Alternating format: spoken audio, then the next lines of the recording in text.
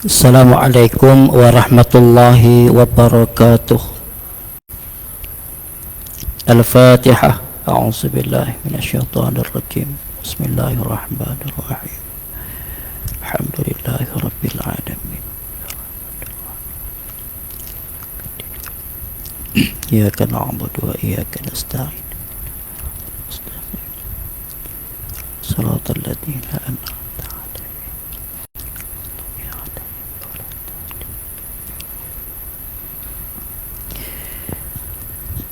Bismillahirrahmanirrahim. Alhamdulillahilladzi lam yastaqis wadada wa lam yakul lahu syarikun fil mulk wa lam yakul lahu waliyyun minaz zul wa kabbirhu takbira. Asyhadu an la ilaha illallah wahdahu la syarikalah wa asyhadu anna Muhammadan abduhu wa rasuluh.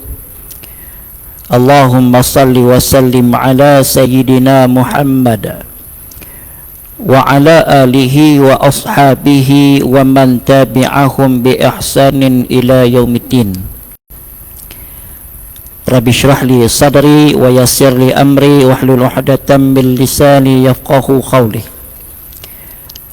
Subhanaka la ilma lana illa ma 'allamtana innaka antal alimul hakim wa la haula wa la quwwata illa billahil aliyyil azim. Qala Allah ta'ala fil Qur'anil Karim ba'da a'udzu billahi minasyaitonir rajim. Ya ayyuhalladzina amanu taqullaha haqqa tuqatih wa la tamutunna illa wa antum muslimun.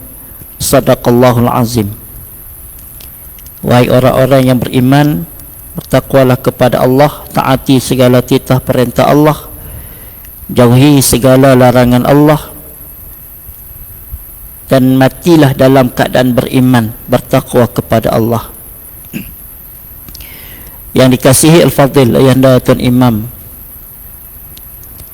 para pegawai dan ahli jawatan kuasa masjid, tuan-tuan, tetamu-tetamu Allah, ibu ayah muslimin muslimat,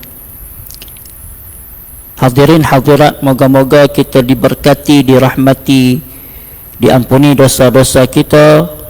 Moga-moga kita terus diberikan istiqamah untuk mentaati segala perintah Allah. Moga-moga Allah dekatkan hati kita dengan rumah Allah.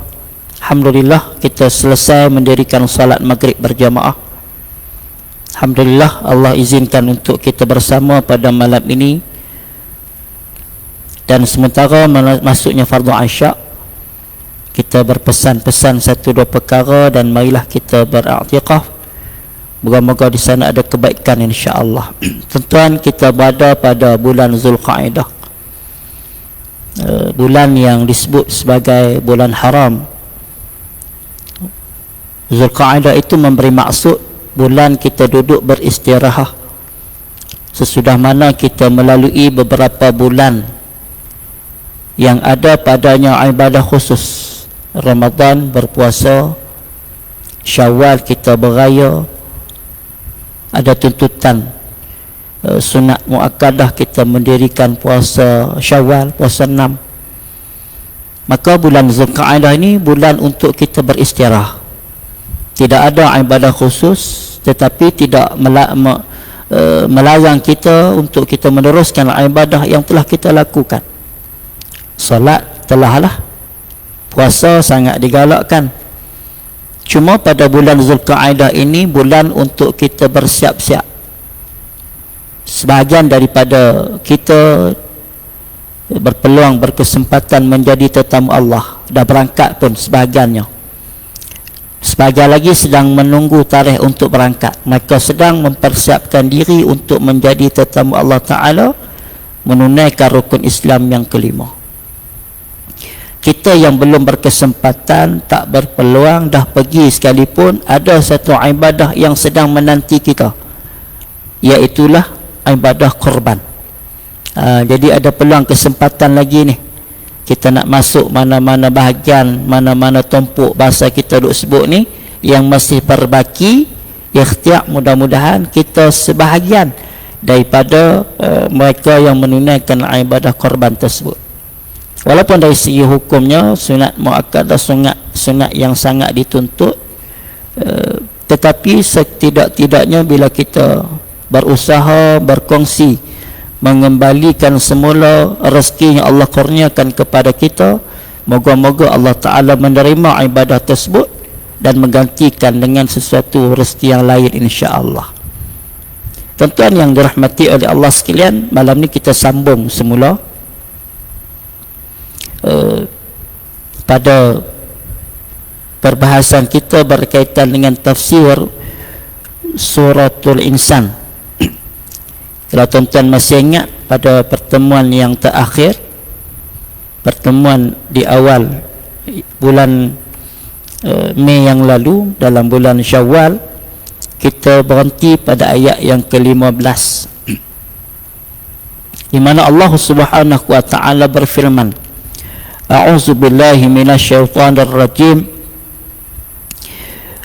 Wa yutafu 'alaihim bi aniyatin min fiddah wa akhwabin kanat khawarira. Dan ayat ini dia bersekali dengan ayat yang ke-16. Ayat yang ke-15, dan diedarkan kepada mereka bekas-bekas minuman daripada perak dan juga piala-piala yang mengiringinya laksana kaca.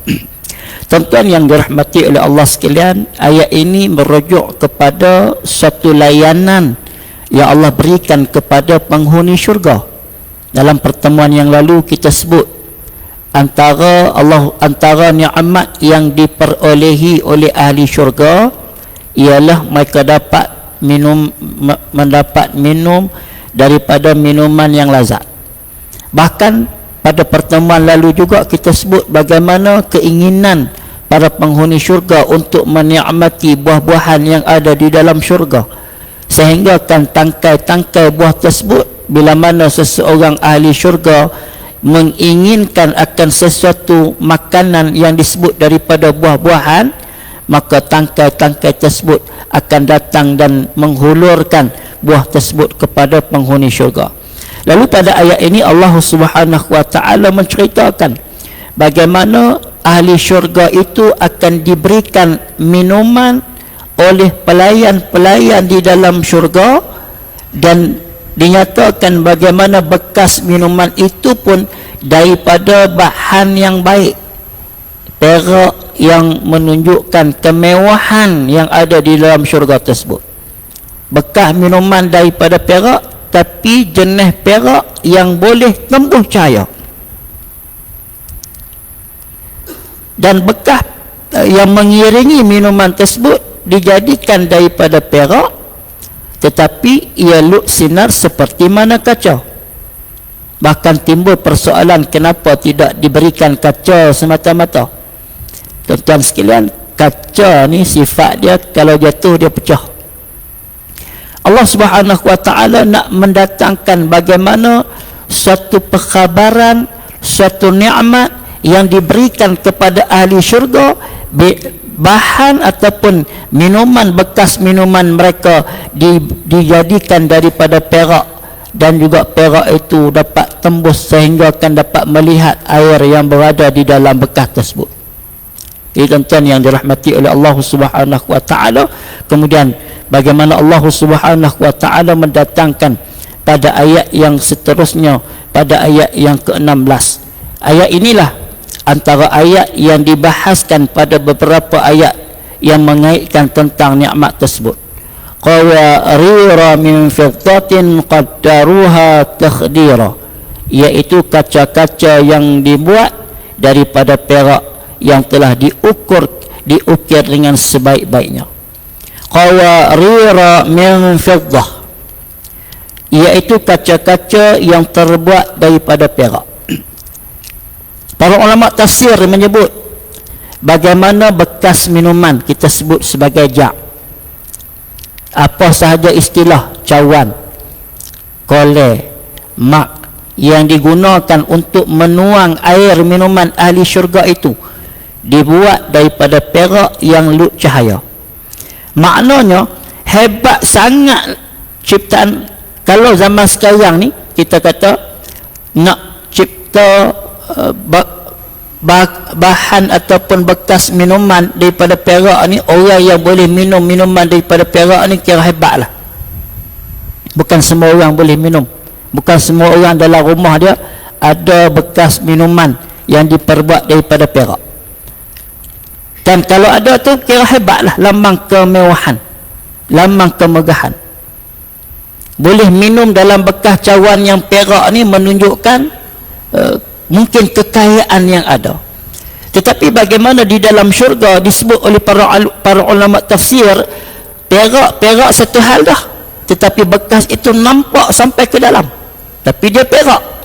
Tuan-tuan sekalian, maknanya Allah Subhanahu wa taala nak menzahirkan kemewahan setanding diberikan kepada ahli-ahli syurga. Qaddaruha takhdira, yang telah diukur mereka dengan sebaik-baiknya. Yakni ukiran yang disediakan untuk ahli syurga tersebut tidak lebih dan tidak kurang, bahkan memang dijadikan sesuai dengan pemiliknya. Tuan-tuan yang dirahmati oleh Allah sekalian, Ibnu Abbas radhiyallahu taala anhu, begitu juga Imam Qatadah menyebut dalam menafsirkan ayat ini, menyatakan bahawa penelitian, pemerhatian yang diberikan oleh Allah Subhanahu wa taala ke atas setiap calon ahli syurga dengan mengambil kira keinginan, kemahuan ataupun pilihan yang diberikan kepada ahli syurga itu sesuai dengan kehendak dia. Dan tuan, kita ni berbeza watak, berbeza keinginan. Ada orang dalam, kita kata dalam nak minum, pegang cawan ni pun tak semua orang boleh pegang cawan yang disediakan. Tak semua orang boleh. Ada orang dia tak ada masalah, orang sedia cawan kap biasa pun tak apa, dia boleh minum. Realiti hidup ni. Ada orang dia tak boleh, dia tak boleh nak minum cawan plastik ni. Mungkin dengan pangkat dia, dengan darjat dia, dengan kelebihan dia, tak boleh lah dia nak minum dengan cawan plastik. Dia kena ada cawan-cawan tertentu, kan? Paling tidak cawan ni kena standard sikit lah, kan? Sebab tu kita nak buat kenal, kadang-kadang kita susah hati tu. Kita nak sedia cawan ataupun pinggan pakai buang, memudahkan kita. Kita kata mudah kot pakai cawan pinggan pakai buang ni, kenuri kenara ni. Tapi sebagian orang tak, dia pandang lagu lain. Sebab tu budaya orang-orang dulu ni, antara sikap yang kita boleh berpegang dengan hebatnya orang-orang dulu berpegang dengan adab. Mereka masuk ke dalam mana-mana majlis, walaupun mereka masuk dalam keadaan mata mereka mampu melihat, telinga mereka boleh mendengar, mulut mereka petah berkata-kata, tapi bila mereka keluar daripada majlis tersebut, mereka akan bersikap dengan mata yang buta, telinga yang tuli, mulut yang bisu. Pasal apa? Mereka takkan cerita keburukan yang berlaku dalam majlis tersebut. Kita ni kadang-kadang tak dan keluar majlis lagi sampai dah maklumat dekat orang lain. Kawan kita tak dan sampai lagi ni. Cawan plastik contoh. Hantar mesej pergi cawan plastik, tak dan keluar majlis lagi. Kita dah sebarkan cerita-cerita yang tak sepatutnya. Orang dulu dia berpegang dengan adab, tak cerita keburukan, kaiban yang berlaku dalam mana-mana majlis. Kerana itu hal yang tak mungkin nak didedahkan. Biarlah itu masalah, barangkali ada masalah tertentu. Orang-orang dulu sangat berpegang dengan adab ini. Orang-orang muda kena belajar dengan orang-orang dulu. Sebab itu tuan-tuan, dalam bab minum ni pun kadang-kadang ada orang dia boleh minum dengan cawan plastik, tak ada masalah. Ada orang kena sedia cawan yang baik. Kalau boleh sedia cawan perak tu kira hebat lah. Allah Ta'ala rakamkan dalam Quran bagaimana penghuni syurga dibentangkan kepada mereka bekas minuman mereka itu bukan hanya daripada perak, yang baik, yang nampak sampai ke dalam, tetapi sesuai dengan orang tersebut. Dia suka cawan lagu ni, barangkali sesuai berdasarkan kepada ayat ini, kata Ibn Abbas radhiyallahu ta'ala anhuma, sesuai dengan orang tu, dia suka cawan lagu tu, memang dia suka, dia pegang pun puas, sedap. Berdasarkan kepada tafsiran para ulama inilah menyebut, menunjukkan suatu perhatian, suatu penghormatan yang Allah berikan kepada penghuni-penghuni syurga. Ataupun ia memberi maksud pelayan-pelayan dalam syurga itu akan memberikan minuman sebanyak mana yang dikenaki oleh Tuhan mereka. Dan mereka tahu Tuhan mereka ni, ahli syurga ni, dia minum setakat mana. Dan kalau dia tak dan dia minta tambah lagi, mereka akan tambah, tak lebih dan tak kurang. Begitulah terperinci sekali sukatan yang didatangkan oleh para pelayan ahli syurga kepada ahli syurga tersebut. Wa yusqawna fiha ka'san kana mizajuha zanjabila. Kita pergi cepat sikit. Kemudian ayat yang ke-17, dalam syurga itu mereka diberikan minuman, segelas minuman yang campurannya adalah halia. Ni yang jadi penawar ni hari ni. Orang duk minum teh halia. Barangkali kerana ada ayat ni dalam Quran, dia pun buat produk teh halia. Ataupun dia kata halia ni antara minuman yang boleh mendatangkan kebaikan untuk badan kita ni. Pasal apa? Pasal ada disebut di dalam Al-Quran. Wa yusqawna fiha ka'san. Saya kira huraian ayat ni. Ini adalah layanan yang telah dinaik taraf berdasarkan pengarang kitab ni. Sebelum ini mereka kena ambil sendiri. Kita baca ayat sebelum ni, ambillah ayat yang mengalir deras dalam syurga. Tapi duduk dalam syurga ni, bagaimana air itu akan dibawa dan dihidangkan, dibentangkan kepada mereka. Kerana itu kalimah ka'san, bekas minuman. Ka'san ni maksud dia bekas minuman, tapi bukan minuman biasa. Dia umpama satu kalimah, ya, contoh ka'san, contoh kita kata beginilah. Kita nak abang macam mana? Kalau budaya kita ni, cawan kopi tu, walaupun kita tuang teh dekat dia, kita tetap panggil dia cawan kopi. Ataupun cawan teh tu, bawa mai bekas macam tu, kita tahu kata ni teh ataupun ni kopi. Kalau cawan macam ni, biasanya kita minum dengan air sejuk, begitu maksud dia. Tapi kalimah ka'san ini satu kalimah yang orang Arab faham, kata ni bekas minuman arak, maksud dia gitu.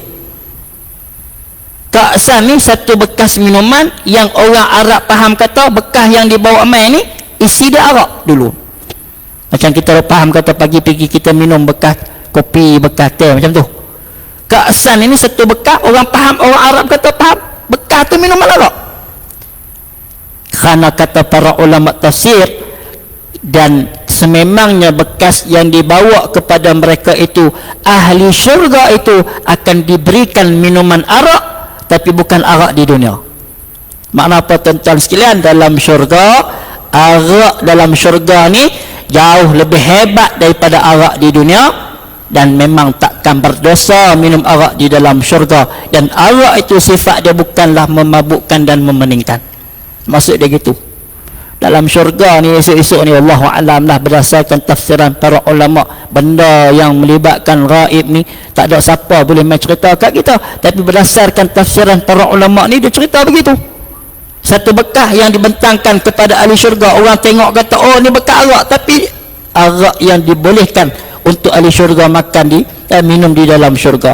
Kana mizajuha zanjabila, dan air campurannya itu dicampurkan pula dengan halia.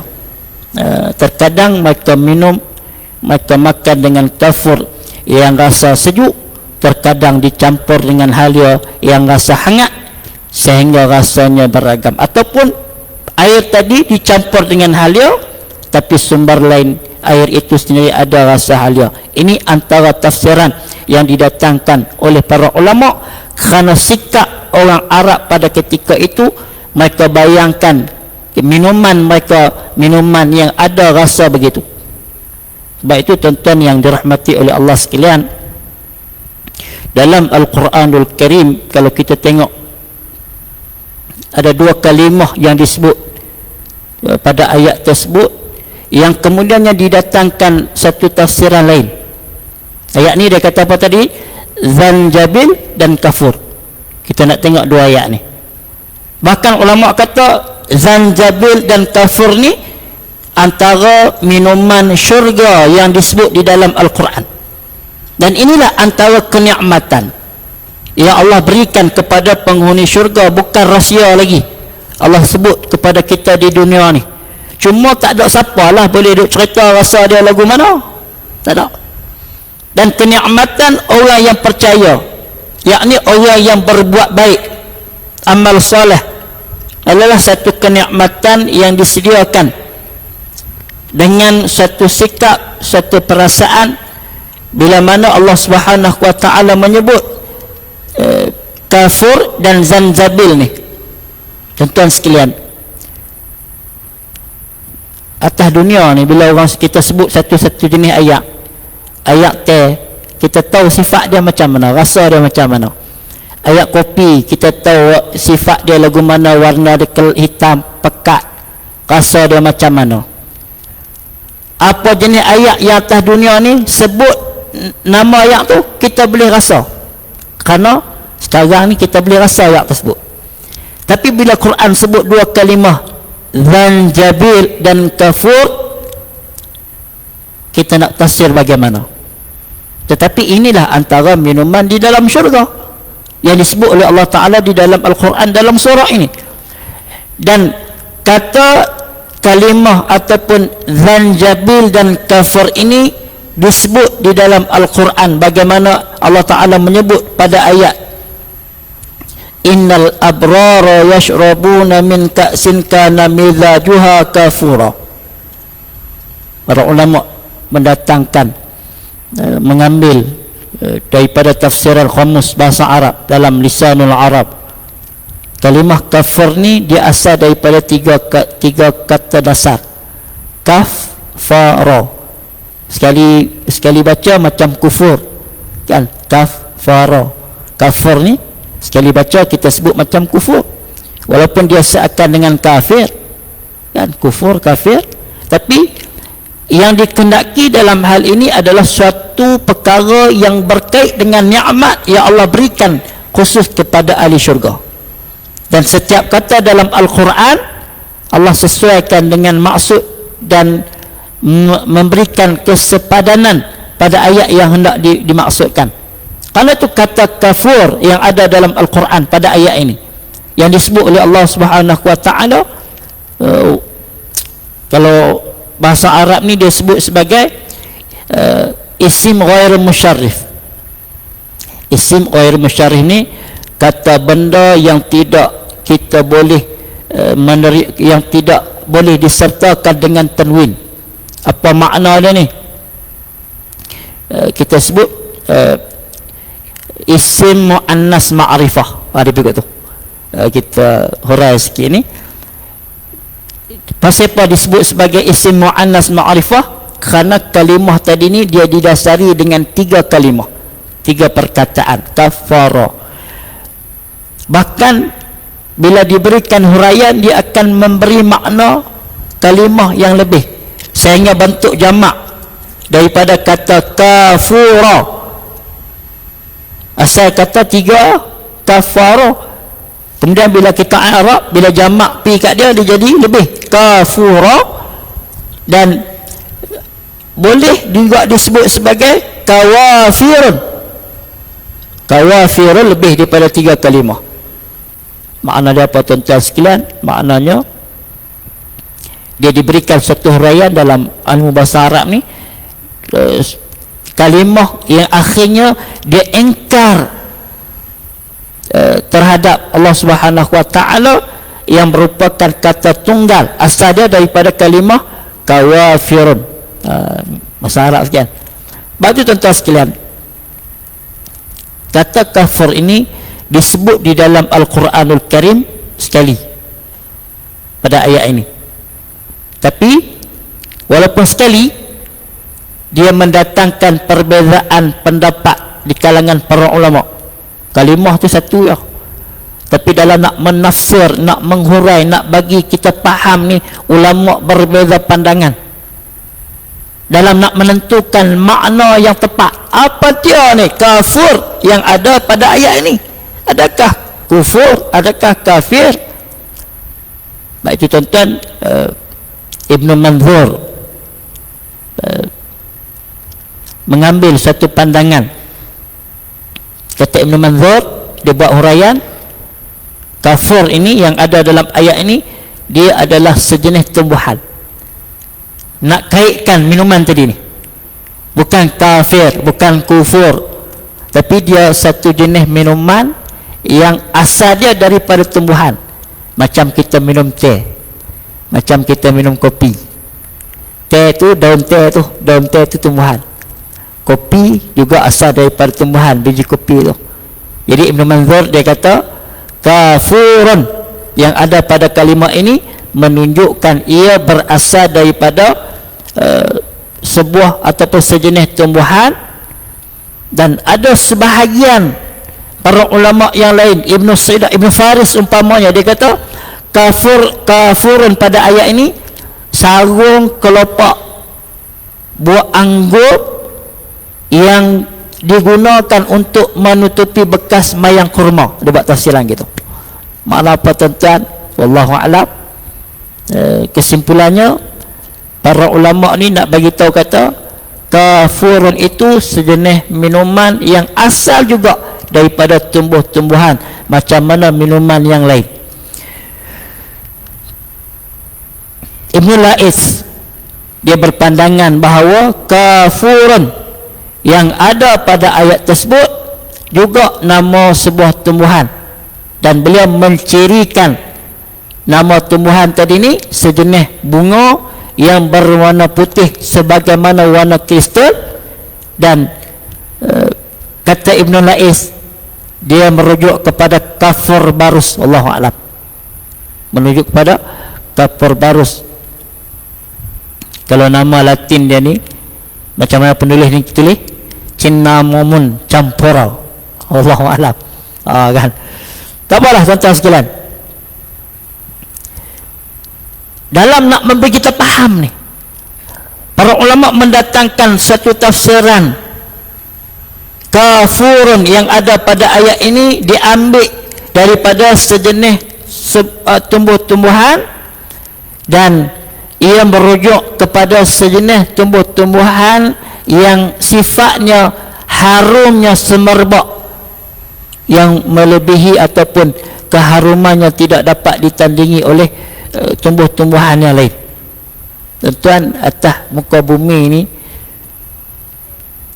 ada tumbuh-tumbuhan yang harum sifat dia, wanginya, boleh dijadikan minuman yang kadang-kadang kita pun tak perasan. Tapi orang hak pergi umrah ni, bila ada ziarah luar ke Taif tu, dia boleh buat satu bayangan macam mana bunga ros yang selama ni kita dok faham kata dia sekadar wangi dia tadi, dia boleh hanya sekadar boleh dijadikan sebagai minyak perfume sebagai contoh. Tetapi bunga ros itu juga dijadikan minuman untuk diminum, dan wangi dia sampai ada orang, ada jemaah-jemaah yang balik ni, dia balik dalam keadaan tak sah kalau dia tak beli teh yang dijual di kota Taif. Kenapa? Wangi. Bahkan teh-teh Arab ni bagi dia wangi, yang ialah bila beli ni, barangkali kita balik, bila kita minum tadi ni kita ternyak sana, bagi contoh kita lah kan.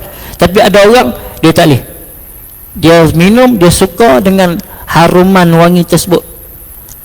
Kalau itulah gambaran minuman yang ada di depan kita, itulah perumpamaan yang cuba didatangkan oleh para ulama ini dalam memberi faham tentang kafur yang ada pada ayat ini.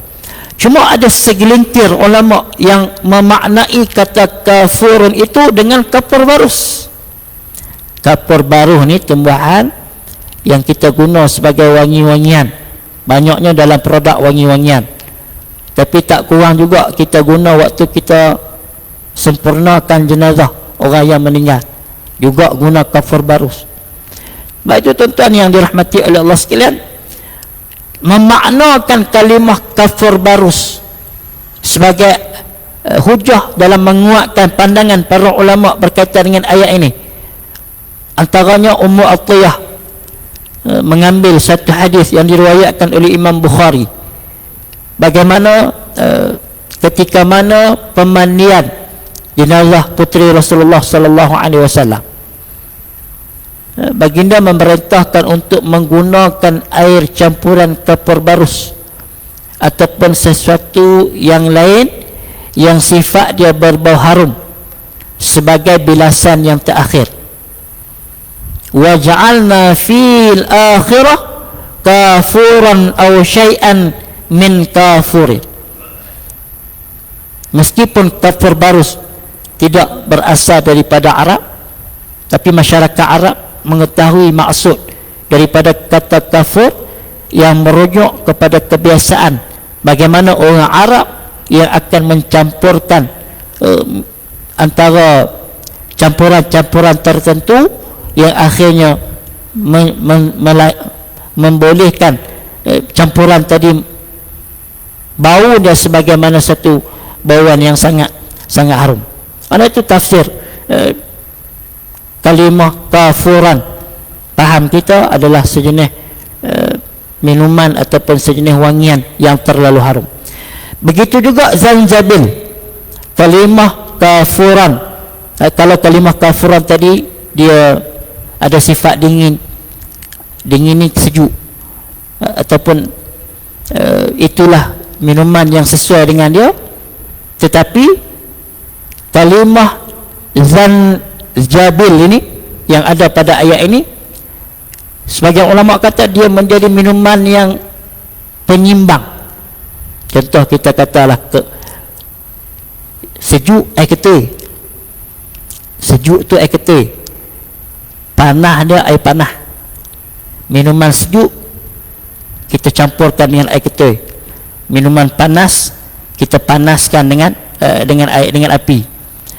Begitulah para ulama dalam memberi faham kalimah zanjabil ataupun yang ada dalam ayat ini adalah satu kalimah yang disebut berturutan dengan kafurun. Dia main sekali. Wa yasqawna fiha ka'san kana mizajuha zanjabila. Di sana, di mana? Dalam syurga, mereka akan diberikan minuman yang bercampur dengan jahe. Jahe ni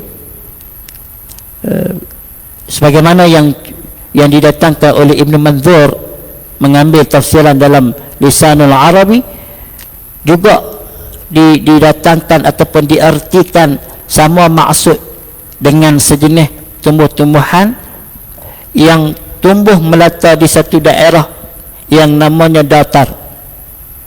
Dan tumbuhan ini dia menyimpan cadangan, dia menyimpan makanan di akar dan tidak berbentuk biji-bijian ataupun berkayu.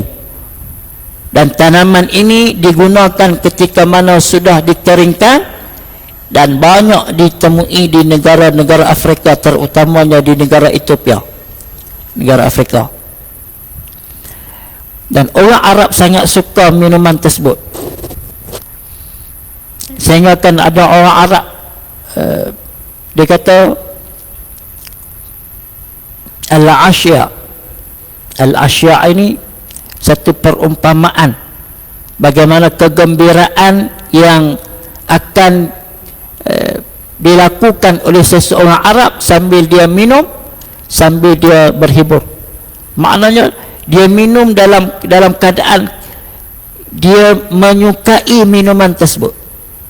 Tuan-tuan yang dirahmati oleh Allah sekalian, Dr. Hamka, Profesor Hamka dalam tafsir Al-Azqar, dia kata zanjabil ini satu tumbuhan yang sifat dia pedas, sehingga kan bila orang makan, orang minum, orang akan teringat. Dia buat perumpamaan macam tu, macam kita makan cabai. Contoh ni Profesor Hamka buat contoh ni, walaupun tidak boleh mendatangkan maksud yang tepat lagu mana yang kata Zanzabil ni. Tapi Profesor Hamka kata macam kita tokok pepak cabai. Kita pepak cabai tu sifat dia apa? Pedah tu kita tahu dah. Kita tokok cabai, pejam mata pun kalau kita tokok cabai pedah tu kita tahu kata yang kita tokok tadi ni cabai.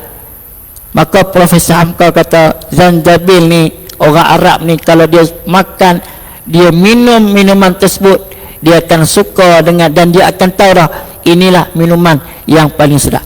Jadi tuan-tuan yang dirahmati oleh Allah sekalian, ini antara pandangan-pandangan yang didatangkan oleh para ulama tafsir.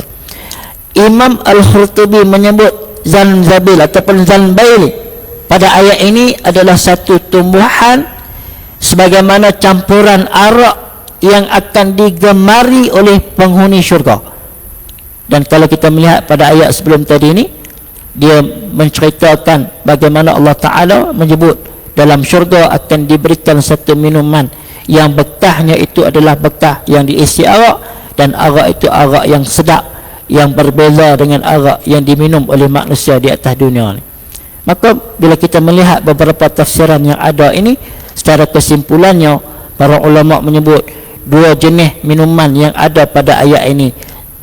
Yang pertama kafur, dan yang kedua Zanjabil itu adalah minuman yang bila diminum orang syurga akan kata inilah minuman syurga. Kita nak tafsir lagu mana tuan-tuan? Tak ada orang boleh bagi tahu macam mana yang kata Zanjabil dan kafur ni. Tapi berdasarkan apa yang disebut oleh para ulama, kalau atas dunia ni kita pejam mata, kita minum, kita sebut minuman tu minuman apa, begitulah di dalam syurga dia akan ada produk dia sendiri, dia akan ada minuman dia sendiri, sebagaimana yang disebut ataupun yang didatangkan oleh para ulama tafsir ini. Tuan-tuan yang dirahmati oleh Allah Subhanahu wa taala, kemudian kita lihat bagaimana pada ayat berikutnya Allah Subhanahu wa taala dalam memperincikan ayat yang berkaitan dengan kenikmatan di dalam syurga ini. Pada ayat yang ke-18, ainan fiha tusamma salsabila, iaitulah minuman tadi didatangkan dari sebuah mata air syurga yang dinamakan sebagai salsabila. Tuan-tuan ibu ayah sekalian, dari segi bahasa salsabila ni ataupun salsabil ni maksud dia dia turun dengan senang. Salsabil ni turun dengan senang, dan dibahaskan ataupun disebut turun dengan senang ini setelah mana kita diberikan nikmat tersebut dan dia terus masuk ke dalam tekak ahli syurga tersebut.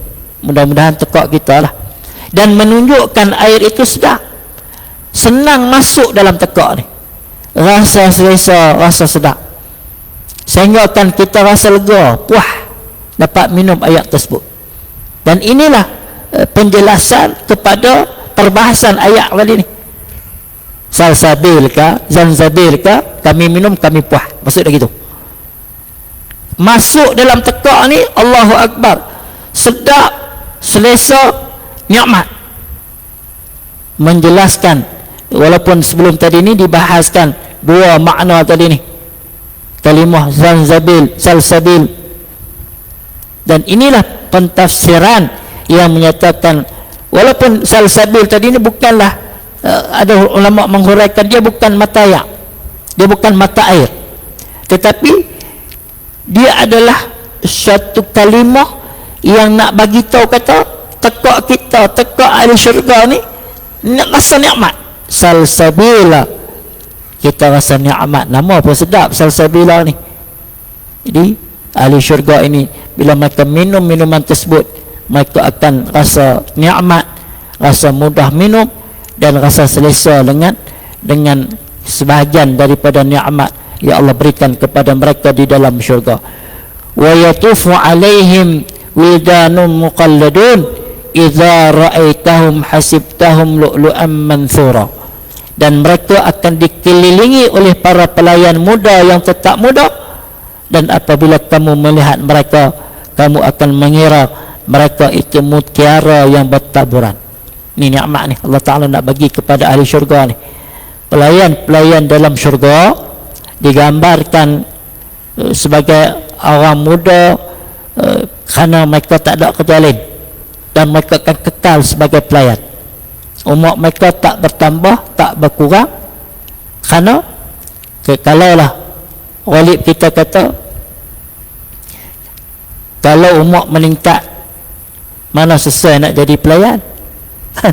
Kan?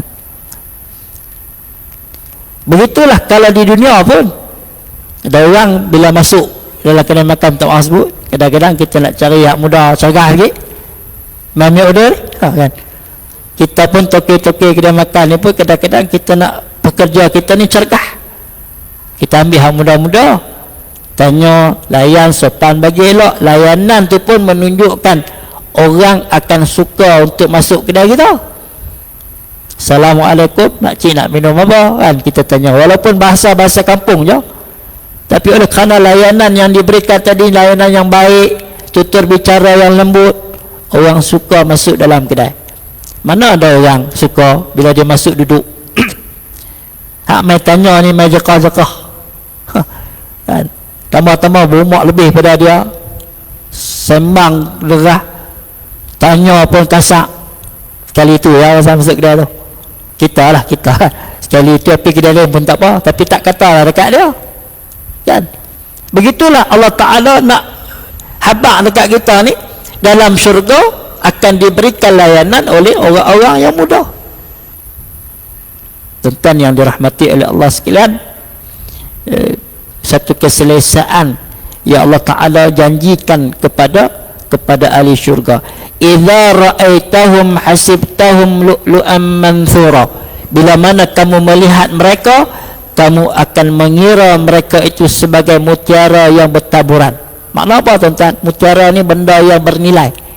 Jatuh kita kutip, mana boleh biar saja. Mutiara yang bernilai, jatuh kita kutip, takkan kita nak biar saja. Makna kata Allah Ta'ala nak habaq dekat kita ni, orang yang melayani kita, mendampingi kita ni, kita rasa kasih, kita rasa sayang, kita rasa seronok dengan layanan yang mereka berikan. Malam ni kita cerita tentang nikmat syurga ni, sehingga akan kita rasa terlalu kasih, sayang kepada mereka ni, nak mereka layan kita, nak mereka layan kita. Entah no, kata dunia ni kalau mata sedap, mata memandang, tak tengok hal lain pun tak apa lah. Sebab tu kita duduk di rumah ni, pesan dekat pasangan kita, duduk di rumah, walaupun di rumah orang kata berlebih-lebihan lah sedikit layanan tu, dan tak kira lah suami ke isteri ke sama. Ghalib ni dia berbeza, bila nak keluar rumah baru dia kira nak bersiap segak. Kita semayang masjid baru nak pakai jubah. Duduk di rumah kain plekat, baju pagoda tu dulu main masjid ni kita pakai jubah elok, kan. Pasal apa? Bukan takut Allah tengok, orang nak tengok. Begitulah pasangan suami isteri pun duduk di rumah pun kena macam tu lah. Jangan tunggu nak keluar rumah baru nak make up elok segak. Duduk di rumah pun kita berpakaian supaya pasangan kita rasa sedap mata memandang, seronok tengok. Kan? Maka didatangkan gambaran, itu contoh, ini contoh. Nah, ini contoh yang didatangkan untuk menggambarkan kepada kita ni, tak ada perumpamaan yang lebih indah selain daripada mutiara. Bila dia jatuh bertebaran, kita akan kutip, dan itulah bagaimana perumpamaan Allah nak menggambarkan suasana hebatnya duduk di dalam syurga Allah Subhanahu wa taala.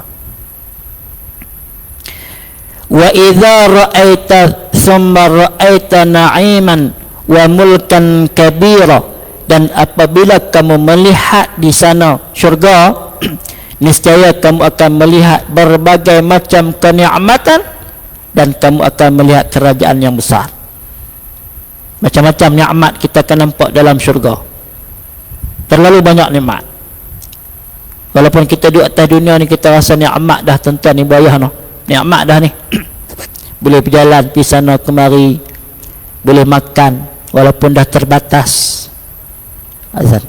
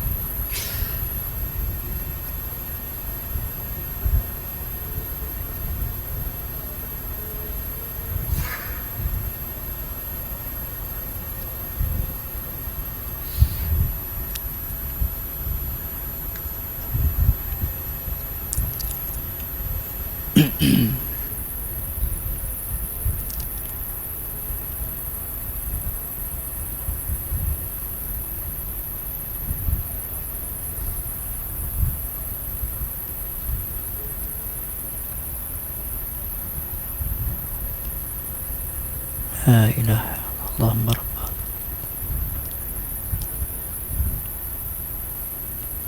Sikit lagi ya. Ayat ni Allah Ta'ala ulang dua kalimah. Wa idza ra'aita thumma ra'aita na'iman. Ayat ni Al-Imam Al-Khurtubi dia sebut Allah Subhanahu wa Ta'ala menzahirkan dua kali nikmat kepada ahli syurga. Makna apa tuan-tuan? Kata Imam Al-Khurtubi, dalam syurga Allah Subhanahu wa Ta'ala boleh menjadikan seseorang itu merasakan dirinya seorang yang bertuah, sehingga kan dia merasai dia memiliki kerajaan yang besar. Contoh kata Imam Al-Khurtubi, kalaulah hidup di dunia ni kita rasa seronok dengan nikmat rumah, kereta yang berbagai, yang berbeza. Contoh, ada rumah satu di sini, ada rumah satu di sana, ada kereta satu kita guna di sini, ada kereta kita guna di sana, kita rasa nikmat dah. Tapi dalam syurga, kata Imam Al-Khurtubi, Allah mengisyaratkan nikmat tersebut diberikan berkali-kali. Contoh, seorang yang masuk dalam syurga, dia merasai nikmat kelebihan. Kalaulah dulu ni di dunia dia ni antara orang yang Allah Ta'ala uji dengan kemiskinan, kekurangan, tapi bila dia duduk di dalam syurga, wa mulkan kabira, dalam nikmat berganda dia dapat, bahkan dia akan merasai dia memiliki kerajaan bila mana dia diberikan layanan sebagaimana seorang raja. Itu maksud dia. Di atas dunia ni mungkin Allah Ta'ala uji kita sebab kekurangan, tak macam orang lain yang berada. Tapi bila dia masuk dalam syurga, dia jadi tetamu Allah Ta'ala, ahli syurga, dia akan merasai seronoknya duduk dalam syurga ni macam mana seorang raja. Dalam hadis sahih disebut bahawa Allah Subhanahu wa Ta'ala berfirman kepada orang yang paling akhir dikeluarkan dari neraka, kemudian dia dimasukkan ke dalam syurga. Allah Ta'ala kata dekat orang ni, sesungguhnya bagi kamu di dalam syurga seumpama dengan dunia dan 10 kali ganda, 10 kali ganda apa yang kamu rasakan. Tuan-tuan, dia ni orang terakhir duduk dalam neraka. Bila dia masuk dalam neraka ni, maknanya hidup dulu ni penuh dengan maksiat dan dosa. Allah kata dekat dia, duduk dalam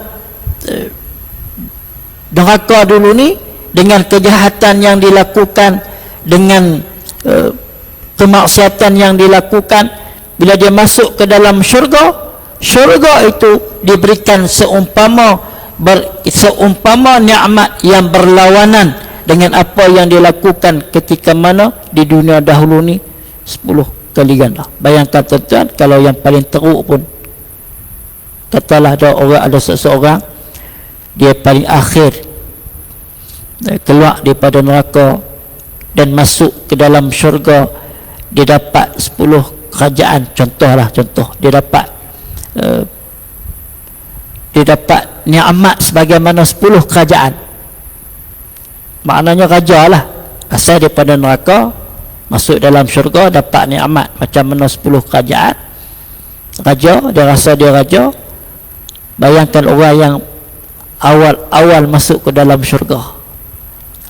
Tuan-tuan yang dirahmati oleh Allah sekalian, ayat-ayat ni ayat yang berkait dengan syurga, yang kita semua teringin, ataupun pengakhiran kita semua nak berada di dalamnya. Allah Ta'ala datangkan sedikit kegembiraan supaya kita berterusan melaksanakan ibadah ataupun melaksanakan ketaatan hidup kita ni, supaya apa yang kita sebut, apa yang kita perkatakan pada malam ini daripada ayat-ayat yang Allah Ta'ala sampaikan kepada kita, mudah-mudahan kita berusaha ke arah itu insya-Allah. Masuk ayat 21 dan ayat-ayat seterusnya dihadapi kepada cara pakaian dalam syurga. Jadi kita sebut Kita berhenti sekat ayat 20 ni, cerita tentang minuman. Ayat 21 pakaian.